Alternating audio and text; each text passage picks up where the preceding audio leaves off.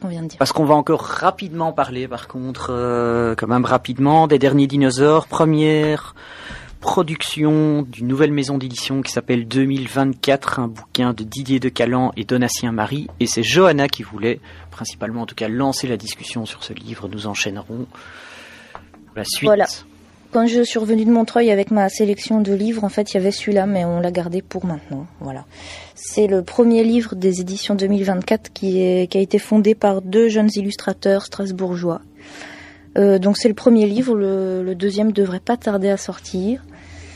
C'est assez atypique, c'est pas de la bande dessinée traditionnelle. Déjà, c'est plus texte illustration, c'est de la gravure sur bois, c'est en trichromie. Et alors c'est assez rigolo parce qu'il y a un texte, donc Donatien Marie c'est un jeune illustrateur, et puis Didier de Calan c'est la personne avec qui il a collaboré pour écrire le texte. C'est un pastiche scientifique sur la fin des dinosaures. Moi je trouve que ça fait très Shadok, Claude Pieplu. On a mis une petite vidéo sur notre blog d'ailleurs par rapport à ça. Et alors, ce que j'aime beaucoup, c'est que pour un premier livre, donc hormis le texte qui est assez rigolo et les gravures qui sont vraiment belles, j'aime beaucoup le fait que c'est un livre très soigné, c'est un grand format, c'est assez beau, donc la couverture c'est... Un grand cartonné avec voilà. un peu de gaufrage et de la dorure et de l'argenté sur la couverture. Un peu de dorure, c'est très soigné, et je trouve que dans l'ensemble, le site des éditions 2024, c'est un beau petit site tout simple, c'est... très chouette. Il y a beaucoup de presse pour ce livre, donc je me dis que derrière, il y a les gens qui tiennent cette boîte font un beau travail. À l'intérieur du livre, il y a une petite lettre au lecteur, donc il joue vraiment sur le côté un peu vieux, quoi. C'est un peu vieille typo, un papier un petit peu jauni. Lettre au lecteur, et c'est très chouette. Donc il présente très rapidement et très sobrement la maison d'édition.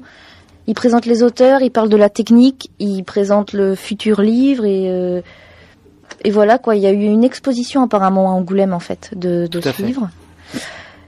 Et donc je me dis... On était avec Vincent et Johanna, on faisait la fête. Oui, non, on faisait la fête ici en fait.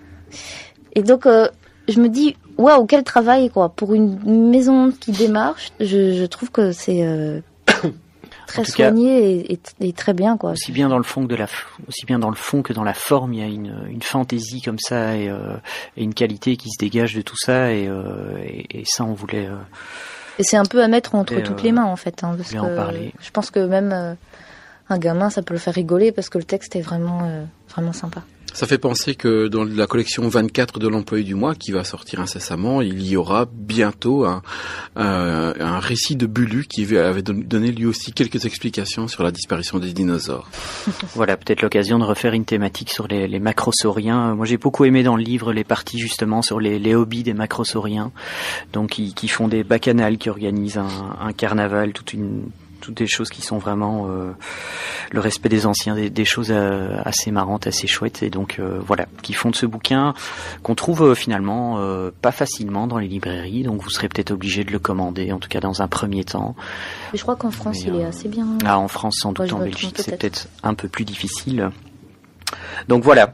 Merci Johanna pour cette découverte. Alors nous allons écouter Ron Hartner et DJ Click, alors dont Johanna nous a parlé juste avant.